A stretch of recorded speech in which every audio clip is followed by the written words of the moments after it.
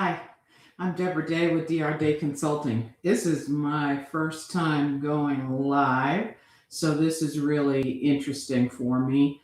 I'll be curious to see if there's anybody out there in the nonprofit world who is interested in learning about major donations and major gifts.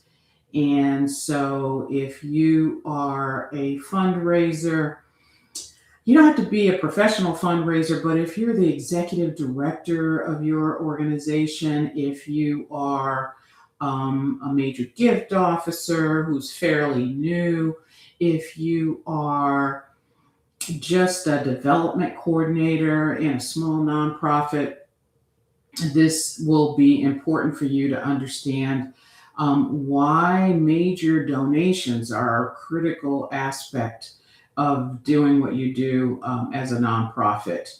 Um, Most of your donations are going to be those smaller donations. Your $100, your $200, your $500, your $1,000 donations. But when you're starting to get into your $5,000 donations and bigger, the donations that are going to really move the needle, then there's a cycle and there's a process. It's a five-step process. It's a cycle that starts with identification and understanding who out there that has resources that have the reputation of being giving. In other words, they're philanthropic, who also has given to organizations similar to yours. Um, who are those people? So you're identifying first who are those people or organizations. The next step is after you've identified who these people are, now you're looking at how do you discover whether they're interested in you? And so that is your next step. So you're going to reach out to them via social media or by doing some research, you get their contact information. And now you're able to connect with them and determine whether they're interested in your organization. Once you get that coffee or you have breakfast or lunch and you determine that they're interested in your organization, now you can think about what the next step is. And that is to do some discovery. When you have that meeting, you do some discovery with them and you determine whether they're interested in your organization. They've given to others. Now you want to know if they're interested in yours. You reach out and you have the coffee, you have the lunch, and through a series of a lot of listening, more listening than talking, you determine that you are a good fit for them and vice versa.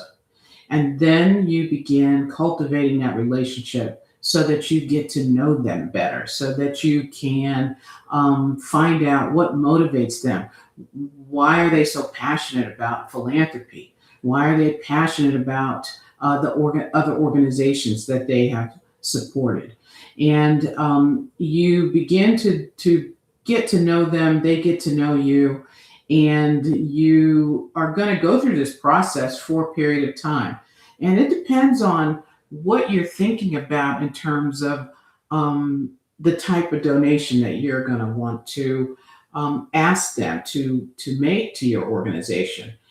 If it's $1 million, you could be talking about a year-long process of getting to know them getting to know you, them seeing how your organization operates, and you inviting them to different, have different experiences with your organization so that they become a partner with you.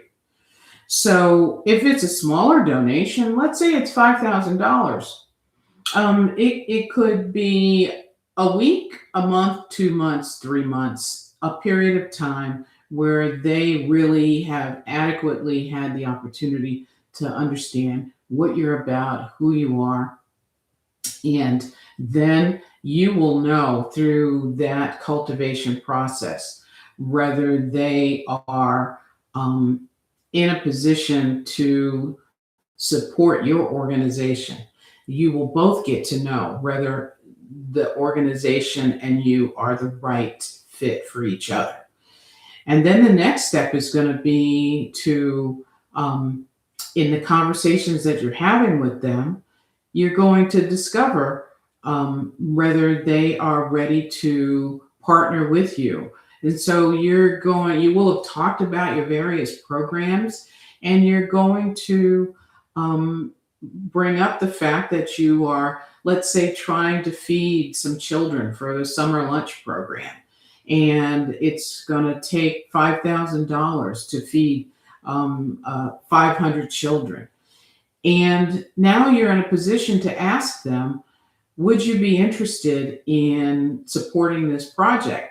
And if they say yes, then your next question is, can I submit a proposal to you?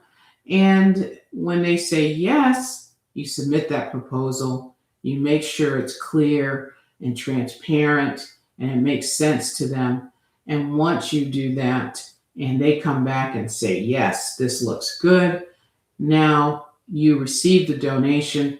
And the final step in this cycle of the major donor cycle is stewardship. And that is making sure that they understand how you use their money, that it was used in a way that you both agreed upon, and now you are informing them of the impact that they made because of the donation that they made to your organization.